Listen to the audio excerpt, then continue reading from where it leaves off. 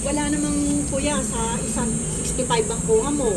Oh. Oh, di 35 lang sa 100. Sige nga. Hindi, dito sabihin, 130 sa kanila. O, dahil lang 100, ang 50, 65. O, di magkano lang naman ang amin doon. O, kung, hindi mo 130. Tapos, 130 kung kukunin doon. Hindi, pag ako bibili, magkano isa? Dos nga eh. Dos isa?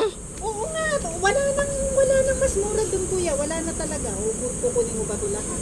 20 bibiling ko, 20 pesos. Oh, 1, 2. Teka. Kinasamantala ko nga na ganyan. Oh, plus 20. Wag mo na. Teka. Wag mo na ako, basta yung binigay ko sa 20, 20 na. 1, 2, 3, 4, 5. Ayan. 10.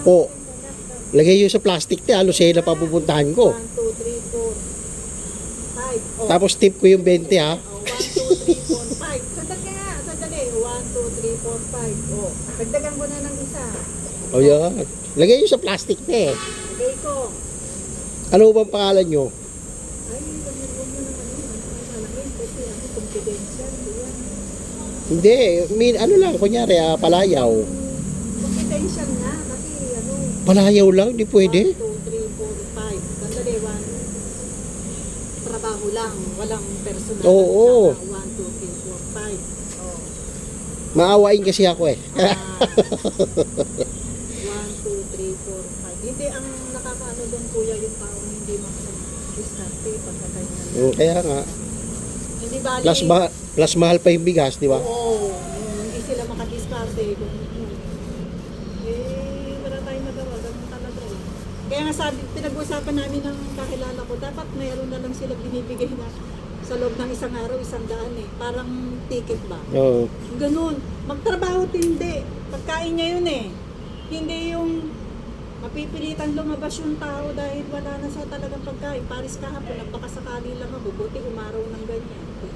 Eh, sabi ng kapatid ko, di, dyan lang ako, doon lang ako sa may palengke. Akala niya, babalik ako.